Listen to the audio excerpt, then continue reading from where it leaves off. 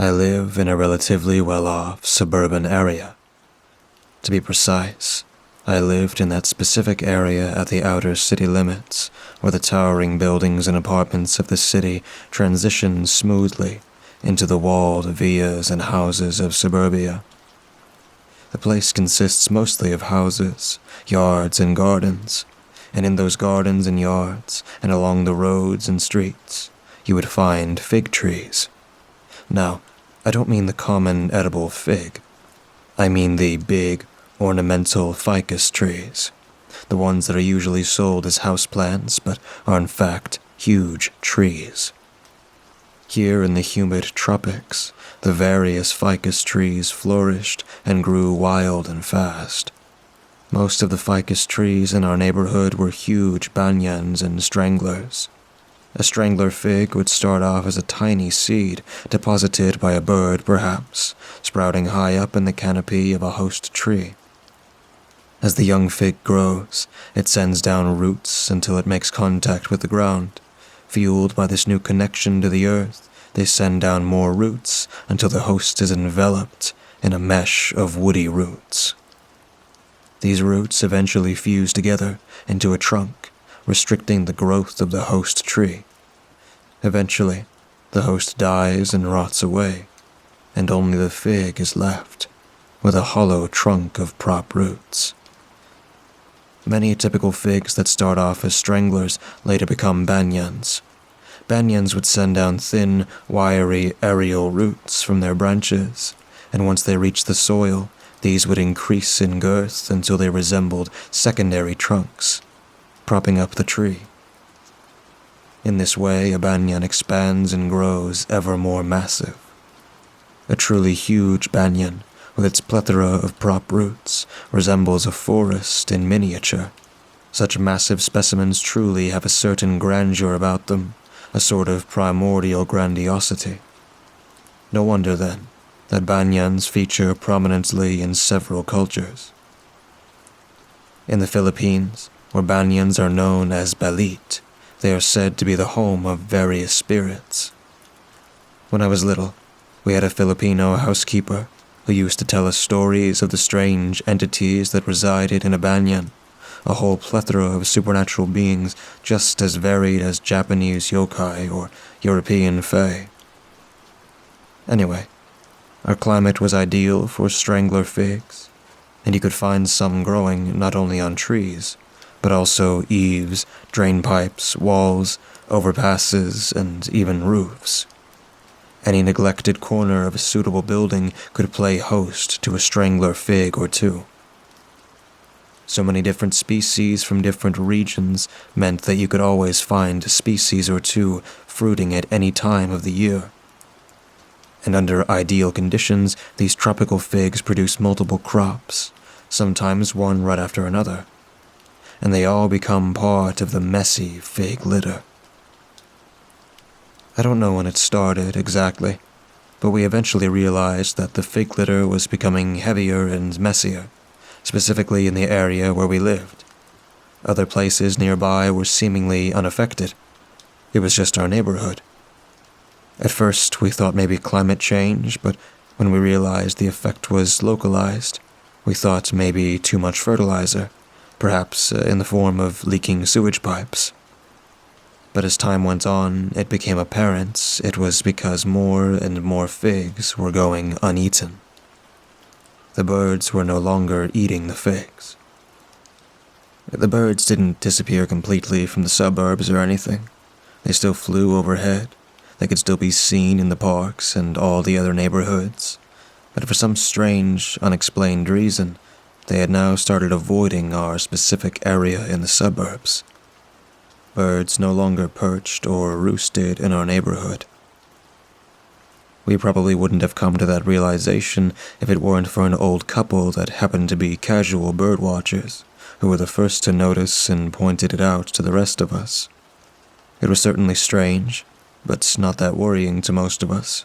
Some thought maybe it was some sort of pollution or radiation, or maybe electromagnetic interference in our area. But personally, I always thought that maybe some hawk or other aggressive bird had set up a new territory and was driving the other birds away. It took us much longer to realize that the stray cats had started to avoid our area as well. Life went on as usual. I had school and other matters to attend to. Months passed. I graduated high school and got admitted to a local university, and both of my sisters got married. It was a bit of a busy time, and I didn't have much time to dwell on the local ecology. Until one day I came home to find my usually mild-tempered parents with decidedly grim attitudes. I thought maybe someone had died, but it turned out that the source of their discontent was disappearing fish. Our climate was pretty hot, so we couldn't have goldfish and koi. On the bright side, we could keep real tropical fish. We actually caught most of the fish ourselves. The nearby waterways teemed with introduced exotic fish. One of the more common species were Midas cichlids, big, blocky, hump-headed fish, brilliantly colored in shades of bright orange. We also got a fair number of huge, dull-colored sailfin plecos. Now, on that particular day, we all had to go out for one reason or another. As it was a busy day, we had neglected to check on the pond in the morning. In the afternoon, my parents came home to the unpleasant discovery that most of our fish had disappeared. 1 or 2 fish going missing every once in a while isn't too unusual. After all, fish are mortal and do eventually die, and the plecos are effective and ravenous scavengers that dispose swiftly of any remains. But a large number of fishes had simply vanished without a trace, leaving no fishy corpses floating belly up in the pond. Plecos are formidable eating machines, but even they can't deal with that much carrion in such a short amount of time. I thought maybe some water birds, like a whole flock of pelicans or cormorants or something, came along when no one was around and feasted on the inhabitants, but I was still amazed by how voracious they must have been. Even our biggest plecos were gone. Plecos are an unappetizing-looking fish, with their robust, armored heads, rows of spiky plates down their bodies, and the stout spines in their fins. They would be a tough morsel for any predator to swallow whole. Some birds even end up choking on them. Surprisingly, the only surviving fish were these smaller individuals, presumably those that were able to hide away in the various nooks and crannies of the pond that the larger fish couldn't squeeze into. But my parents suspected foul play. Some human thief sneaking into our yard and scooping up all the fish. They decided to go around and ask the neighbors if they noticed anything different, like things going missing. And they came across some rather peculiar stories. One family told us that their cats, originally outdoor, free-roaming types, had stopped going out at night. Instead, they spend their evenings strictly indoors, pacing around the house and constantly checking the doors and looking out the windows. One couple had a compost heap in their garden, and a couple of weeks ago they were greeted one morning by the alarming sight of their orderly compost heap all torn and dug up, its contents strewn all over the yard. Other neighbors had similar stories of ripped garbage bags and overturned trash cans, or trash being left in strange places, like balconies and even up in trees. One guy said his beans kept going missing from his vegetable patch. Not the peppers, not the eggplants, just the beans. Snake beans, butter beans, all the bean plants were stripped of their ripening pods whenever he wasn't around. But the most perturbing tale of all was relayed to us by the mother of a 5-year-old girl, who said her terrified daughter kept insisting that, at night, some long, spindly thing with long, flat, drooping fingers, with round, swollen tips, would silently caress the window, seemingly searching for an entrance, which withdrew as soon as the lights were turned on. The mother herself wasn't too alarmed by the whole situation and assumed it was just a vivid nightmare or the product of an overactive imagination. since there was a tree just outside the window. After a few sleepless nights, she moved her daughter into another room on the other side of the house, and since then, the nightmares had all but disappeared. There wasn't a specific pattern to the incidents.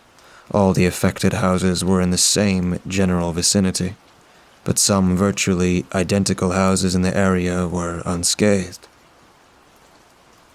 For whatever reason, certain properties were either skipped or ignored, for whatever reason. The culprit had lucked out.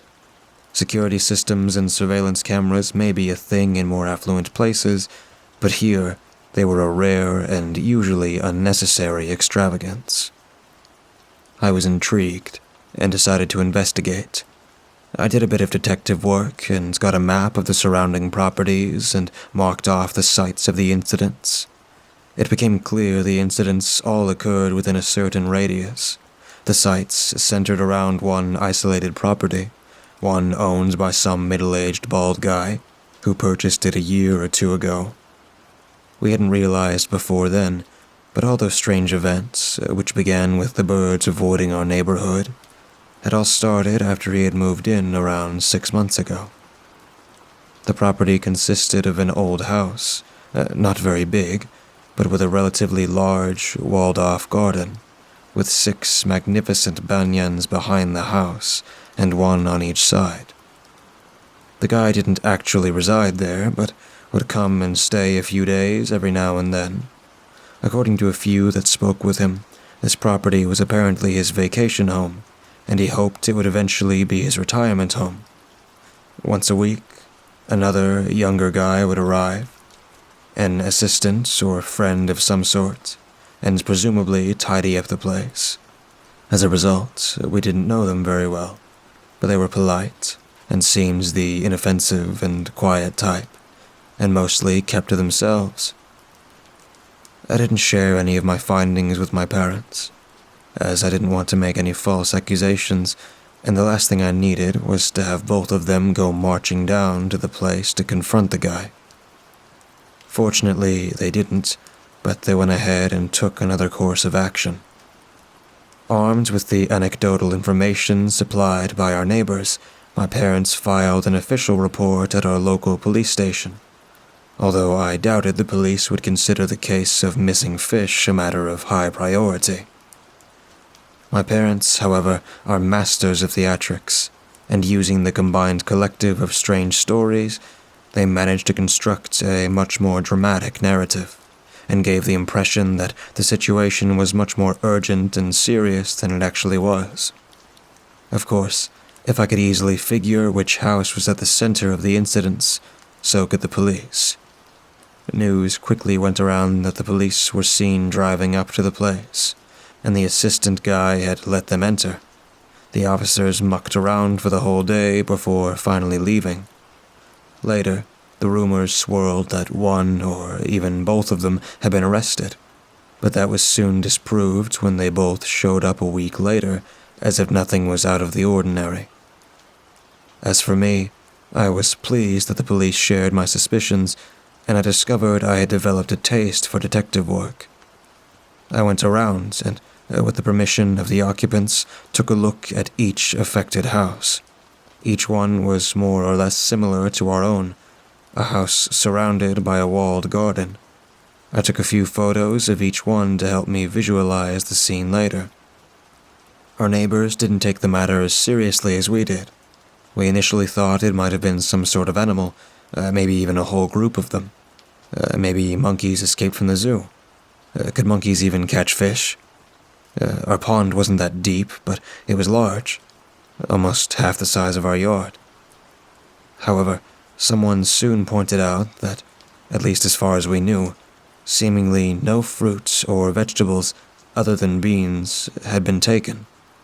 Garbage, fish, beans, yes, but nothing else. We had a couple of small but prolific langsat trees in the backyard. Every day, the ground beneath them would be littered with freshly fallen ripe fruits, yet when our fish disappeared, the fruits had remained untouched.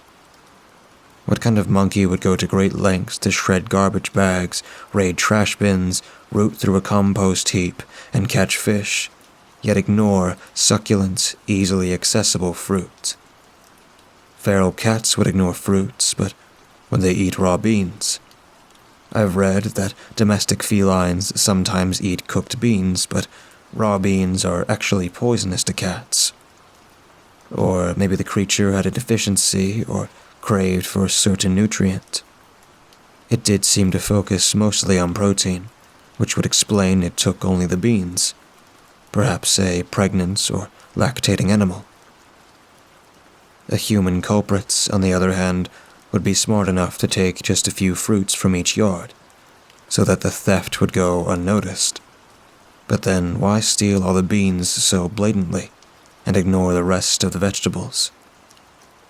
The animal theory became even more unlikely after the police informed us that no trace of any creature had been found at any of the sites.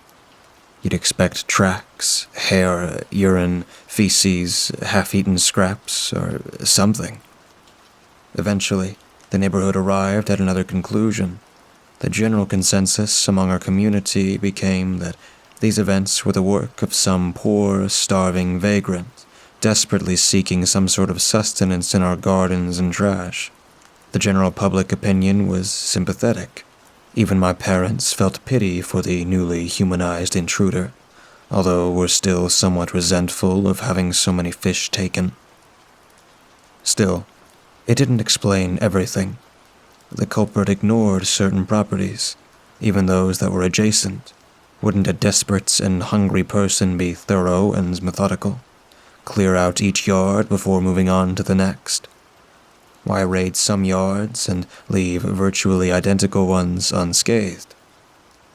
Some of these untouched houses had fruit trees in their gardens, like mangoes and liches, with branches weighed down with fruit, and trash bins overflowing with garbage. The family right next to us had a colossal sapodilla tree with a massive crop of ripe fruit, yet the tree's bounty remained untouched. I find it hard to believe that any sort of hungry person would ignore a feast like that. Something particularly puzzling was the fact another family had a pond too, one much smaller than ours, and all their fish were accounted for. Why some houses and not others?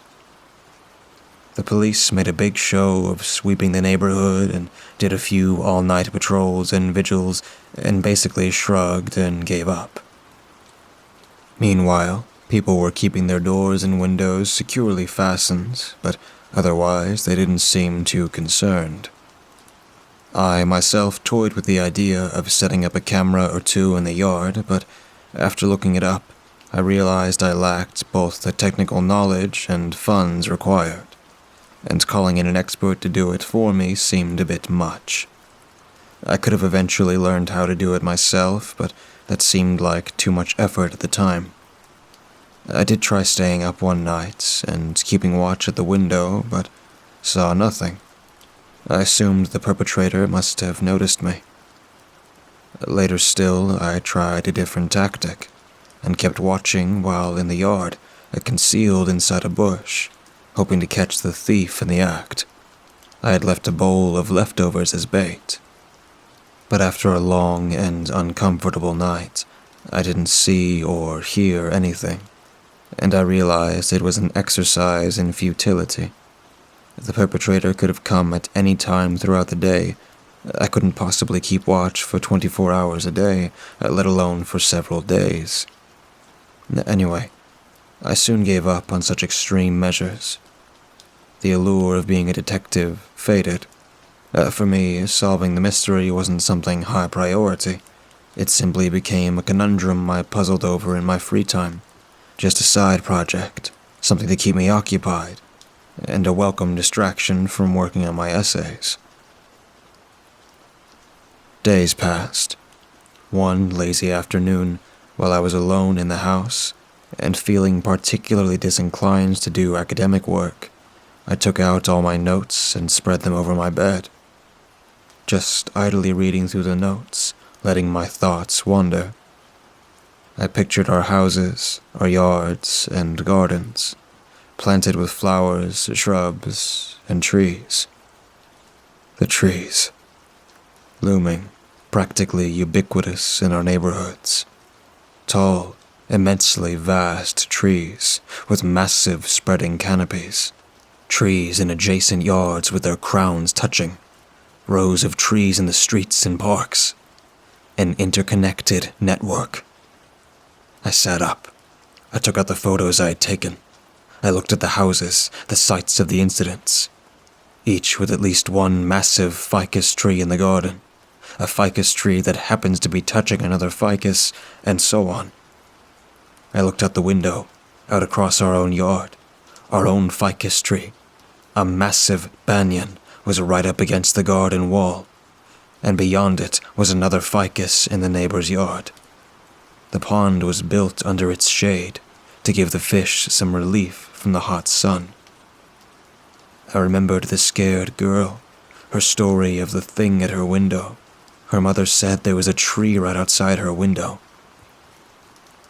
I took out a little map of our neighborhood that had the site of each incident clearly marked. I went on my laptop, brought up satellite images of my area, and zoomed in, compared it with the map. I saw how the trees linked all the sites, their canopies interconnected in one continuous web. A network connecting all our houses. No incidents in sites lacking trees, or houses that had single trees isolated in the middle of a lawn or yard. I remember the neighbor's untouched fish pond. I checked my photos. No trees around the periphery of their yard, either in the streets or in the garden itself. I checked the photos of another house that had been spared. No trees in the periphery either.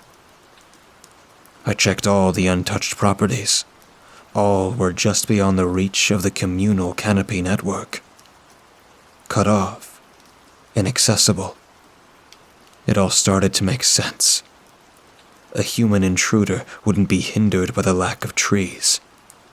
This was definitely a creature, a being that used the trees to get from place to place. And whatever it was strictly arboreal. It avoided the ground, its movement constrained by the reach of the branches. I was getting excited. Some sort of escaped pet primate, a strictly tree-dwelling species, like an orangutan or a gibbon. At any rate, I was now convinced our mystery culprit was not a person, but a beast, and I realized that the perfect hiding place for a shy creature was most likely in a tree in the most isolated, least occupied house, the one at the epicenter of the incidents, the property owned by the bald man. I decided to check out the house. It was around noon, so most people around here are at work or at school. Anyway, it's so hot no one would be out and about. Perfect for a bit of snooping. I went up to the door and rang the bell, but no one answered. I expected as much, so I decided to check out the perimeter. Like most of the houses here, the property is surrounded by a high wall, but this one was taller than most, being perhaps 8 or 9, maybe even 10 feet tall. I walked around to the back, the 6 banyans in the back garden, with their thick, leafy, interlocking canopies forming an almost jungle-like mound of foliage, would make an ideal home for a bashful tree-dweller. If it was nocturnal, I might even be lucky enough to catch a glimpse of it while it's asleep. Was the animal a pet of the bald man? Or was he unaware that his garden harbored a mysterious tree-dwelling creature? I walked right up to the wall and took note of how the leafy crowns spilled over the wall.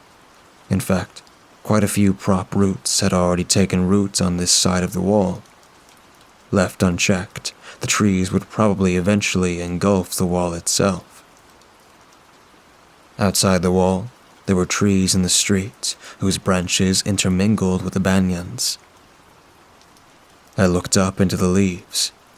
You could be walking or driving along the streets, and the creature might be right above you, watching, and you'd be none the wiser. I turned my attention back to the yard. After a moment of hesitation, I jumped up and grabbed the edge of the wall and pulled myself up to take a look over the edge. The yard is a bit unkempt, but otherwise looks ordinary.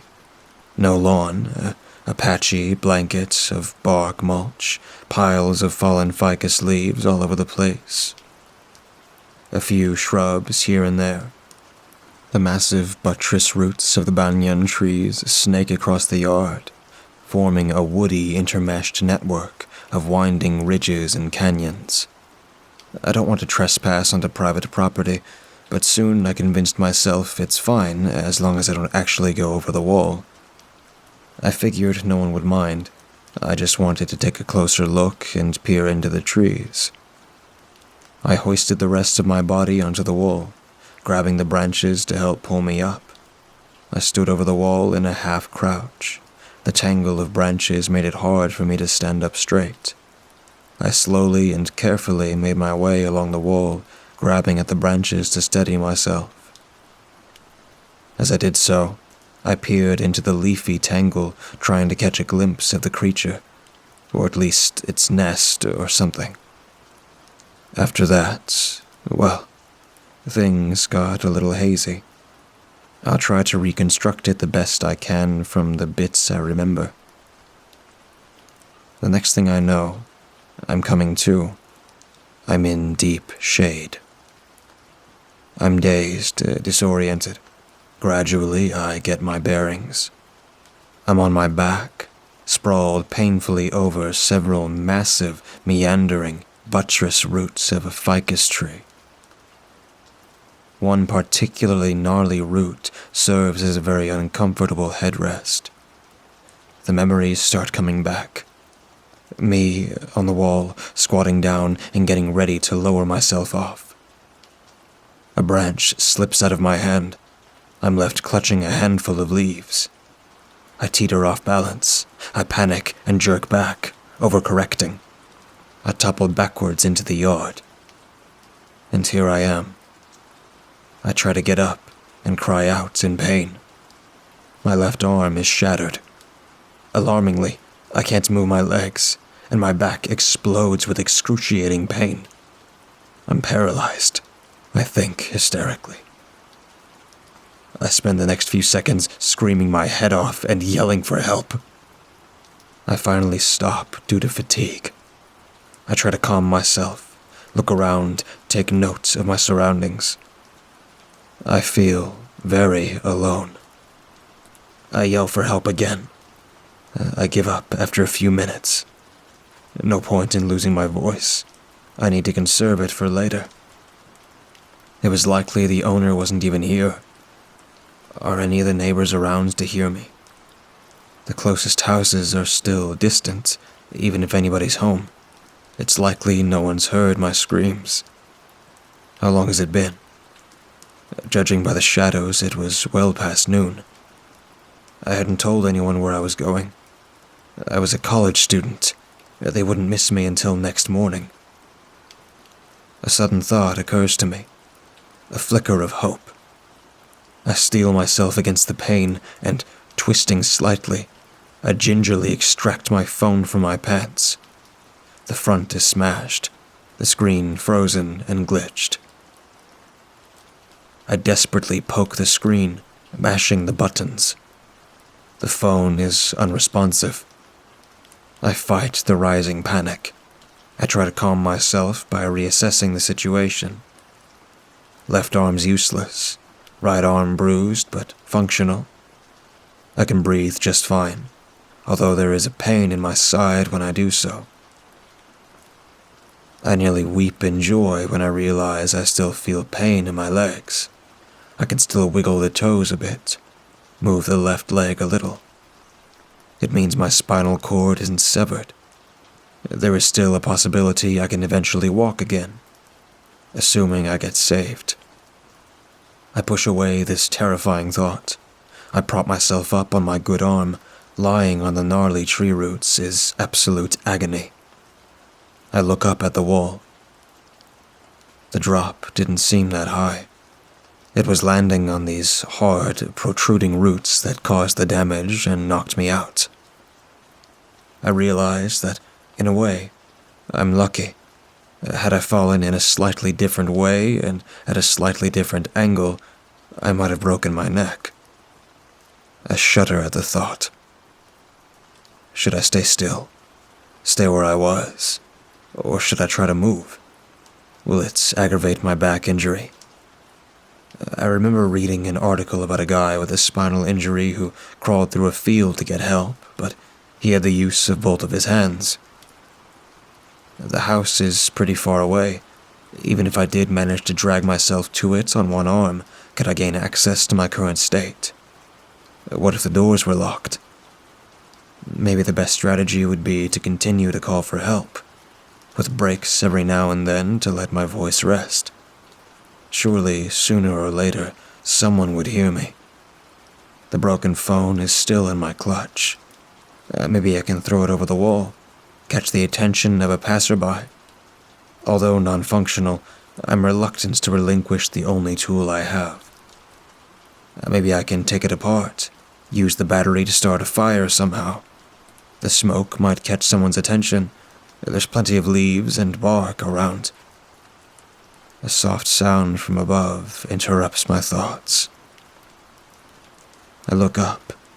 The foliage is still. There is no breeze. Yet, there is a slight rustling. Very slight. I strain to listen. A soft, scraping noise accompanies the rustle. The leaves are still motionless. Something is moving in the canopy. The creature. Should I yell and scream to scare it away? It might get provoked. Or was it attracted by my yelling earlier? More rustling and scraping from a different location in the canopy. Multiple creatures. More sounds. There's definitely more than one. There are many rustles and scrapes, converging from throughout the canopy towards my location. I stare into the foliage, trying to make out what they are. I see leaves twitching and moving as something passes them by. I see leaves push other leaves. Wait. Leaves pushing other leaves. The leaves are moving. The leaves are actually moving on their own. I can't believe my eyes. I see a woody liana slithering around the branches, scraping softly. I see the leaves attached to the vine, leaves that move like the legs of an insect, pulling the vine along like a centipede. I lay there, dumbfounded, as several vines start making their way down the prop roots. The leaves are glossy and oval and taper into a point. They superficially resemble the large leaves of their ficus home. The woody liana, too, could easily be mistaken for one of the myriad aerial roots of their banyan host. Almost perfect camouflage. Each vine has multiple branches and offshoots. They approach ever closer, slowly and with purpose. I see that each leaf is drawn out into a curly tendril or tentacle, coiled up behind the body of the leaf and used to provide traction. And as the vines descend, the leaves unfurl and extend their tendrils to their full length, exposing their tips, which had been concealed from view. And on top of each tendril is a swelling that inflates and extends into a hollow cylinder, unfurling like a sock being turned inside out. It opens up into a gourd or jug-shaped urn, with an open mouth and hinged cap acting as a lid, and a fleshy rim like a pair of round, open lips. Pitcher plants. Some pitchers, the ones carried by the leaves nearer the tip of the vine, the newly opened ones, were bright shades of reddish-orange and orange-gold, the colors all fresh and candy-like. As you went along the vine, they turned a purplish red or reddish purple, the newer color replacing the old one in spots and patches. The oldest pictures were mostly various shades of brown, with blotches and specks of their former colors. As they approach closer, I see that the colors actually shift and change, complex patterns rippling and moving in fluid animation, like the skin of a cuttlefish or an electronic display. The young pictures had thick bands of purplish magenta pulsing and flowering down their lengths, while the mature pictures made their spots and blotches move along their surface, contracting, then expanding, then radiating outwards in concentric circles. The oldest pictures, the brownish ones, shifted from dark chocolate to rich caramel, to pale tan, and every shade of brown in between, and had the spots pulsate, fade, then reappear in changing patterns, then merge into thin, broken lines of color moving in waves down their length. Despite my situation, I still found it in me to marvel at this unprecedented natural wonder. My eyes are transfixed by the mesmerizing patterns moving over the pictures. The moving patterns alternately speed up, then slow down. My heart rate seemingly in sync. A dense, musky scent, like a perfectly ripe guava, wafts through the air. As the vines approach, they extend the pictures towards me. The biggest traps are as nearly as long as my forearm. Their openings gently mouth my arm, smearing me with some sort of clear, viscous liquid, like sanitizer gel. I'm looking at all this while in some sort of daze, like I'm entranced, or stoned, or both. Is it the strange, intoxicating scent? Is it the hypnotic shifting patterns that tickle my eyes like optical illusions? I don't really care at this point. I no longer feel any pain. Yet, there's a tiny bubble of panic in the back of my mind, as I continue to marvel at these pictures as they gently mouth and caress my arms, and my torso, my chest, my legs. My legs. My legs are covered in clear slime, multiple pictures moving smoothly over them, dribbling the clear, sticky liquid from the mouths. In my trance, I had allowed the pictures to completely ensnare me in a slimy coat. The spell is broken. I snap out of my stupor. My panic response floods back in full force. The built-up panic is overwhelming and bursts out of me explosively. I screech as I suddenly spasm in terror, then scream again as my body vehemently protests in excruciating pain. The pictures, perhaps sensing I was no longer under their influence, no longer gently caress. Instead, each fasten its mouth to me like a suction cup, and wraps its tendrils around whatever it can. They start pulling back into the tree, dragging me along in a slimy cocoon. The pain and the realization of my plight brings my thoughts back into focus, the panic now receding into the background as a buzzing undercurrent. Despite the agony, and at the risk of permanently paralyzing myself, I decide I must try to escape the plant's slimy grasp at any cost. I try to twist and thrash about to the best of my ability. I struggle to free my good arm. It's no use. The more I move, the thicker and stickier the goo becomes, and the tighter it clings. It's like struggling through molasses or drying glue at this point. And wherever the slime contacts my flesh, it tingles and burns like a corrosive chemical. They drag me over the roots to the trunk, every jerk and bump igniting an unbelievable agony in my arm and back. I scream, curse, and yell all the way. When I reach the base of the trunk, they start hoisting me into the canopy feet first. My mind is in a daze from the pain. my throat raw from the screaming. One last desperate thought occurs to me. I try to bite at the tendrils and the slime, but to no avail. The goo is wrapped tightly around my neck like a collar made of resin. I can't twist my head far enough. I'm exhausted. Despair grips me. There's no escape. I resentfully resign myself to a painful and horrible death. I would have liked to die with dignity. I think bitterly to myself. It pulls me into a more horizontal position onto a large branch. The vines wrap around me, the leaves enveloping me almost tenderly, like sepals protecting a flower.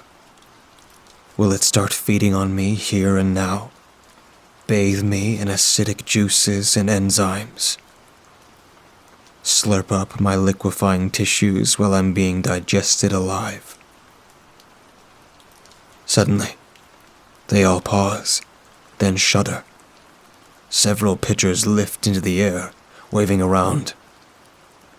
I hear a loud, aggressive rustling.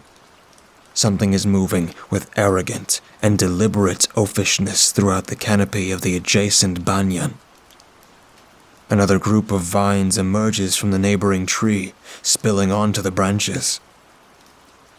These vines have even bigger leaves and traps, and its pitchers are even more brightly colored, exploding into a dazzling display of vivid bands and spots as their mouths flare and undulate threateningly.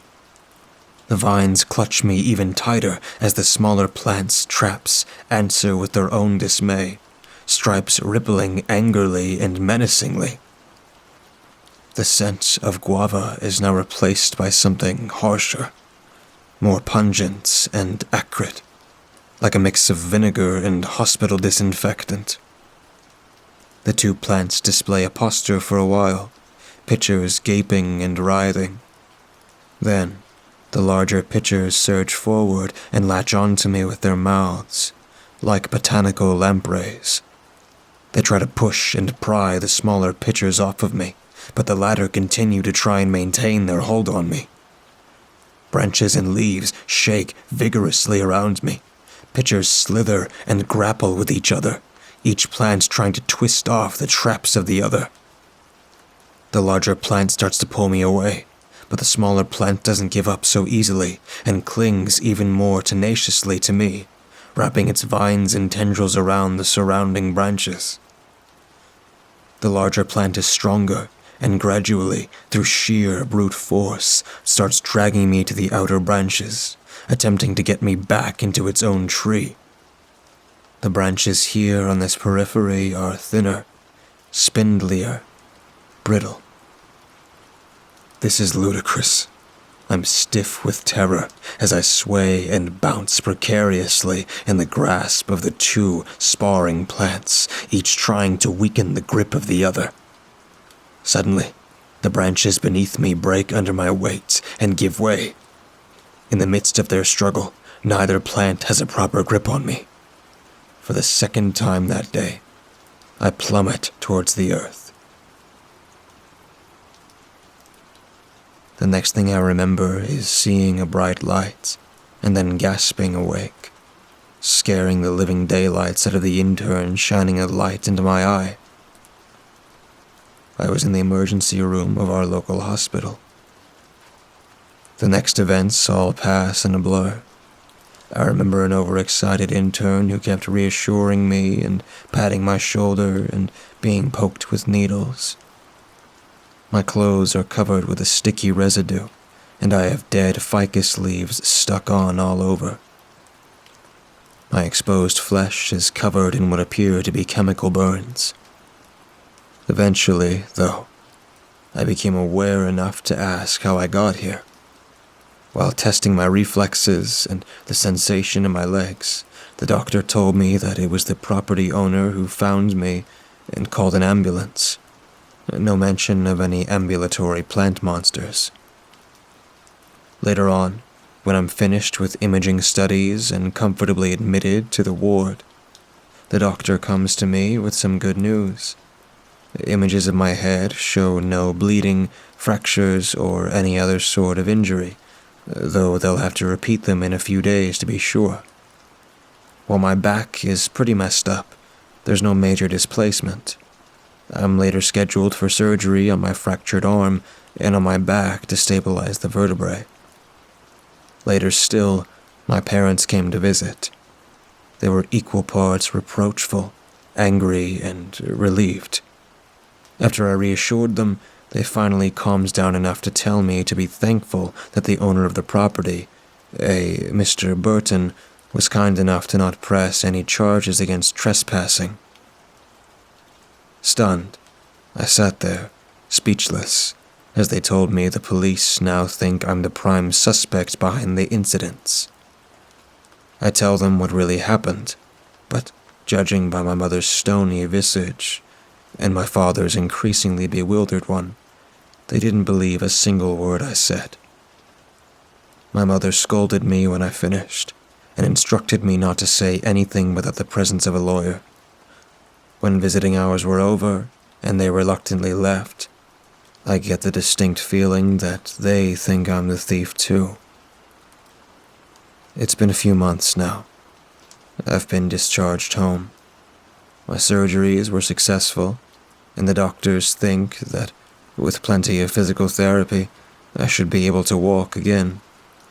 I get around in a wheelchair, but I can stand for a few seconds and move my feet a little. Our house now has a little ramp at the front door and gate.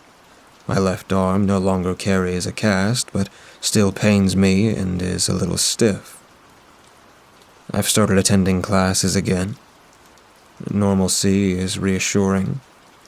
Having a daily schedule keeps me occupied and brings some well-needed order into my life. The police never came to interview me. Nobody in our neighborhood wanted to press any charges, so the case was closed, and very little of it has appeared in the media. Apparently, my parents had gone around and done some damage control and made reparations, so it was all settled.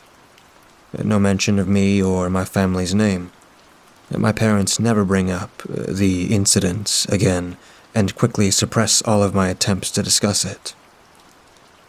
At any rate, things are more or less back to normal, although now everyone in the neighborhood thinks that I am, or rather, formerly was, a tree-climbing pervert and miscreant. There is an uncomfortable distance, a certain rigidness in how they interact with me and my family now, although I'm hopeful one day relations will eventually thaw. The incidents have all stopped. Although I'm glad for the community, I'm a bit upset that the timing makes me look all the more guilty. Burton must have found a way to restrain those plants so they don't wander off the property. I remember the house was surrounded by giant ficus trees. Did he have one in each tree? I would have thought I had just imagined the whole thing, if it weren't for one, or rather two, little things. The hospital gave me back my things, including, for some reason, the clothes that they had cut off of me. They were still covered all over with dried, sticky, gummy residue, with bits of fallen figs and bark chips and fallen leaves stuck to them. And stuck to it is one special leaf, withered into brown leather and oval-shaped, like a big ficus leaf, except the tip extends into a tendril that ends with a shriveled pitcher. I keep it, just in case. The other thing stuck to my pants was a little white plastic rectangle with a dirt-covered spike at one end that must have been a plant marker. It had something scrawled on it. Nephenthus dendrophylla, subspecies, macrostroma. I looked it up. That name doesn't exist. It must be a newly discovered or, as of yet, undescribed species.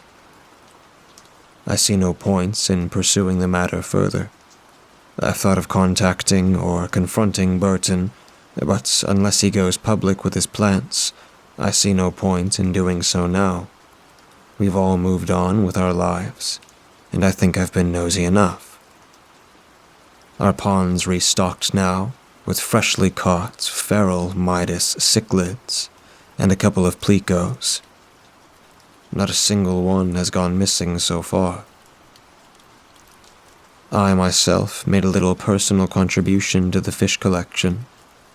One day I passed by the local pet shop, which was closed down and having a clearance sale. The very last fish they had was all by itself in a half-filled tank, with a barely functioning filter. It was a brownish, tilapia-like fish the size of my hand, with spiky fins and bronze-colored eyes, and was labeled as a walking gourami. I was intrigued by its grumpy visage, and sympathized with its plight, so I bought it at a generous discount, and after a short spell in a quarantine tank, it was introduced into our pond. It seemed to fit in just fine. I later identified it as a climbing perch, and while I was researching it, I came across an interesting little story or legend about it. I guess I managed to solve a long-standing mystery of natural history. I think I've found out why and how the climbing perch sometimes ends up in trees.